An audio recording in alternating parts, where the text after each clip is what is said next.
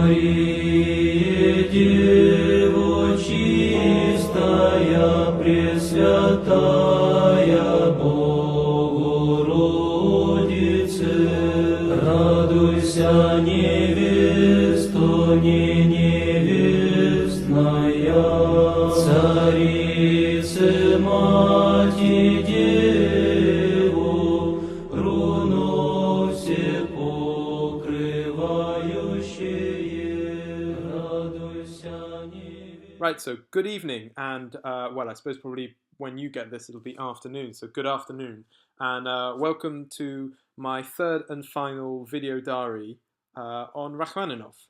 So probably from what you just heard, you'll have guessed that today we're looking at the church and Rachmaninoff's relationship with religion. So 19th century and early 20th century Russia was an incredibly devout nation, and the prevailing faith, the Russian Orthodox Church, it has this incredibly evocative sound world that Rachmaninoff was, I guess, completely surrounded by from a really young age, and that inevitably, as a result, found its way into his music.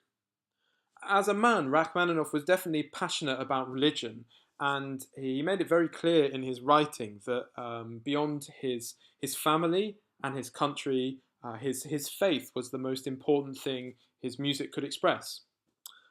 So, moreover, I think, like his composing itself, his faith and keeping his faith was a way of remaining connected to Russia that he so missed and loved. It was this sort of source of comfort in his exile. And here's a quote from his memoirs that I think really illustrates that. He said, "I felt full to the brim with longing. I still wrote music, of course, but somehow it just didn't mean the same. Only you," and "you" refers to his daughters. This is from a letter that he wrote to his daughters. So only you, my family, and my religion still sustain me. My liturgy for the Marinsky was constantly in my head.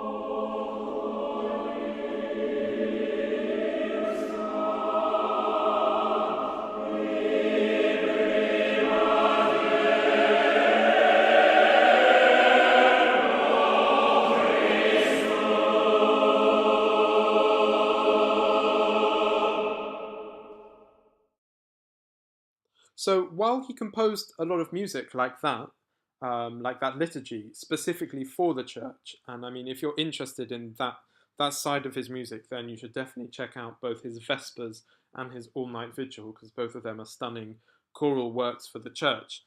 His religious sentiments, they shaped his secular music as well. And what I want to play to you now, while you still have those choral colours in your head, is the climax, the real emotional core of the Second Symphony. So in the build-up, what you'll hear is very much a human, very passionate melody in the strings. But at the peak of this phrase, listen to the brass that comes in over the top of the strings. And what I hope you'll hear, because what I hear is mixed in with the joy and the ecstasy of what the violins and cellos and violas are doing, is the slow, kind of resonant chords of a church chorale. And for me, it's as though, Rachmaninoff is offering up some profound hymn or prayer in this moment of climax to something much higher than himself. And it gives the music this added layer of depth and weight and real profundity that I think it would miss if it were just the strings. So this is from the fourth movement of the Second Symphony.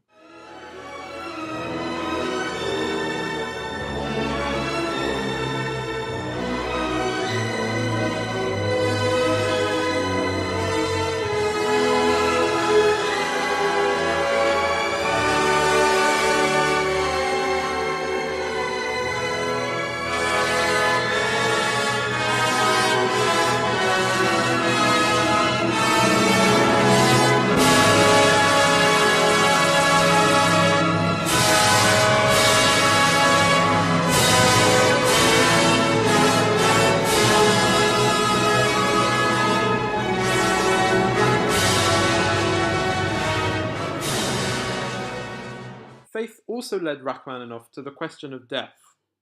And when I say death, I don't mean a fear of death, like so many artists have had over the years, but more a fascination with man's morality and our need to face up to it. And this comes out in his music, specifically in the form of the Dies Irae chant, which is this ancient Gregorian chant that Rachmaninoff repeatedly incorporated into his music. Dies irae, dies illa, solvet seclum in famiglia, te se David cum Sibylla. So that's the original chant, and here's a version that Rachmaninoff wrote. But to sort of try and illustrate what I was saying earlier, that Rachmaninoff's focus on death was definitely not a negative one. Here's the Dies Irae, sort of just the first four notes of it anyway, transformed into this transcendent, uplifting, and an incredibly joyful coda, which is the end of the first movement of his symphonic dances.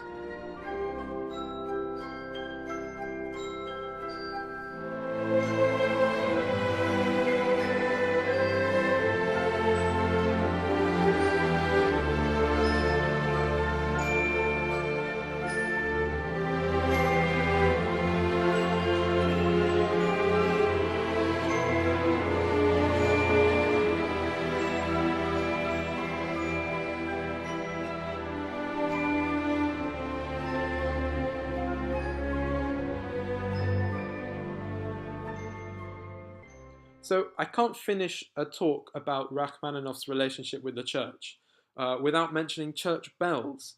And you've probably heard them in the very first clip that was played at the beginning of this video. And that's fitting because they're an ever-present part of Russian life.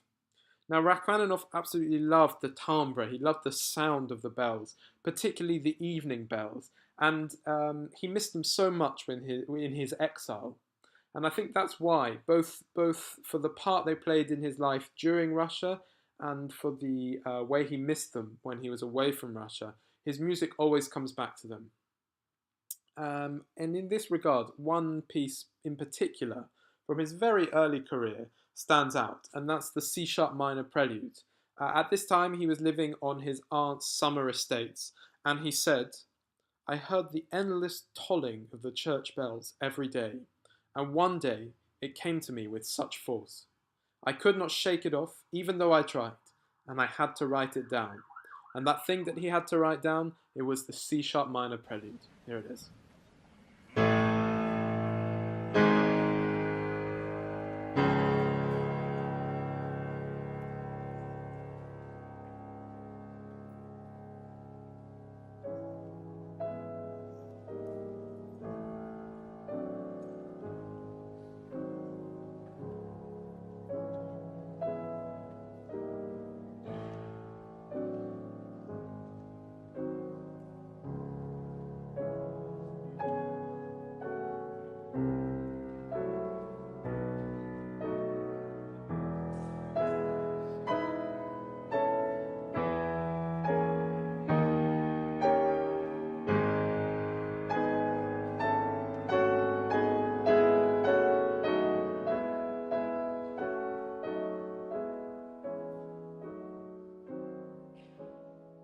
So those are some specific ideas, but I thought also it's good to think in a general sense. And as with Russia, when we spoke of Rachmaninoff's relationship with Russia, and I said I think it's, for me anyway, important to understand which Russia, as in that old world, 19th century, grander Russia, Rachmaninoff was trying to express. I think it's also important to think about the type of church and faith that Rachmaninoff knew and was trying to express. As we already said, it was the Russian Orthodox Church, and for me, what that means is an incredibly grand and opulent church, isn't it? It's full of ceremony and ritual and mystery, and definitely for me, a sort of very intense and emotionally charged kind of a devotion. And I think the reason why I want to just highlight that and make you aware of that is that I think these are the intrinsic qualities of Rachmaninoff's work as well. So it's as though you are hearing that world, that religious world, in the form of sound. And just to illustrate, one example of what I may mean, here's the beginning of the whole Second Symphony. And the reason why I picked this is because it's slow, it's grand, and it's shrouded in mystery. It's almost as though it's some ancient rite or ritual from some Orthodox church service.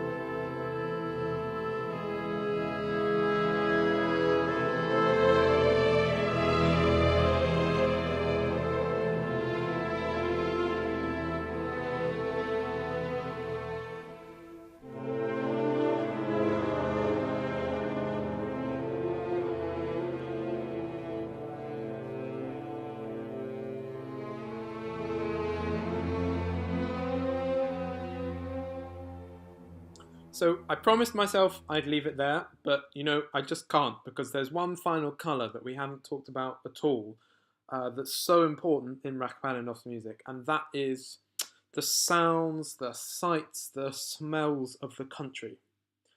So as a young man living in Moscow, Rachmaninoff had to witness the death of his sister and then the breakup of his parents. And following that, he was sent to St. Petersburg, where he was really subjected to an incredibly old-fashioned and authoritarian style of schooling in the conservatoire. And I think, this combination of personal emotional trauma and this rigid education, it meant that as a young man, actually, Rachmaninoff really struggled to find the motivation to work.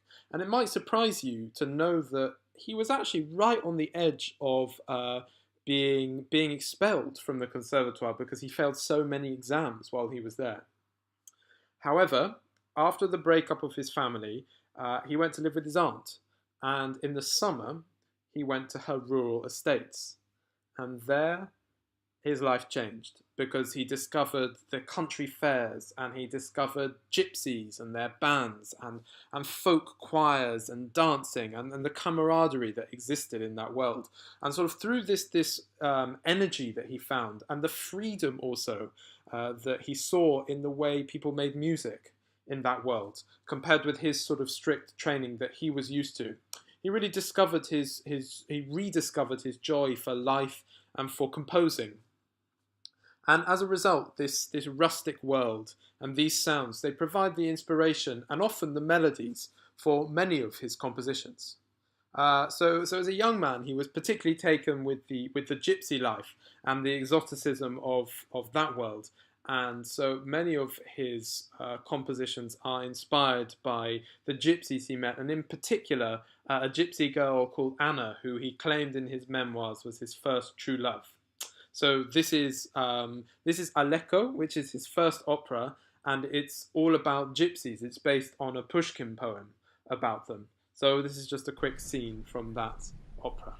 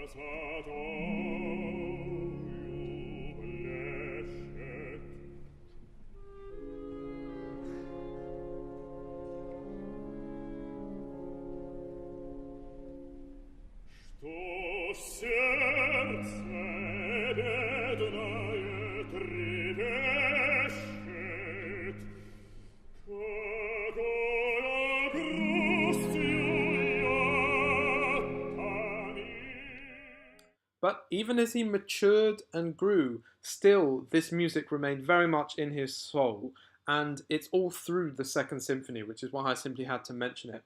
So just quickly to finish off, here are three examples from that piece. The first is a soulful folk ballad that's been transformed by Rachmaninoff into this soaring, heart-wrenching melody.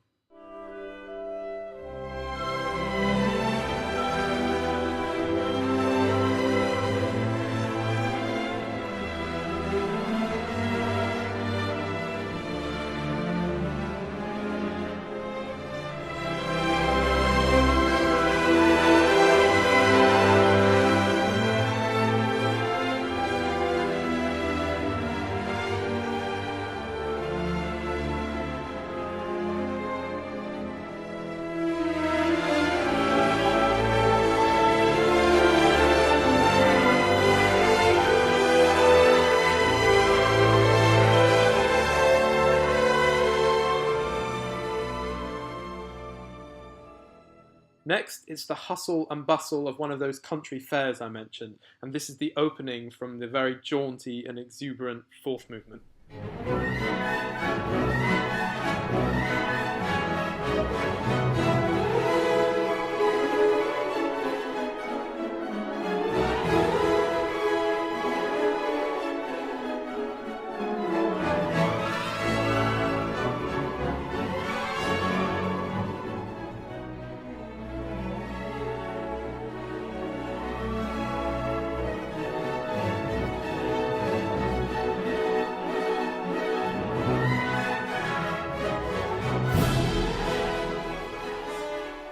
And after the noise has died down and the fair has packed up, sort of finally in the distance we hear this folk band and this choir singing a cheerful little drinking song, perhaps.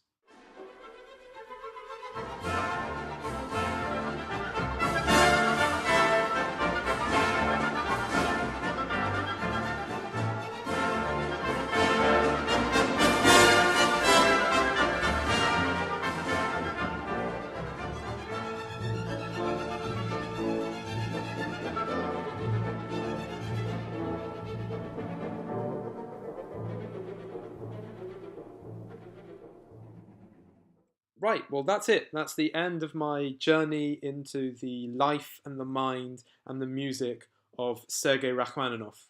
There's only one thing left to do, and that's to do our concert, which is this Wednesday. So I really look forward to seeing you there and to sharing this amazing man's music with you. Thanks so much for listening.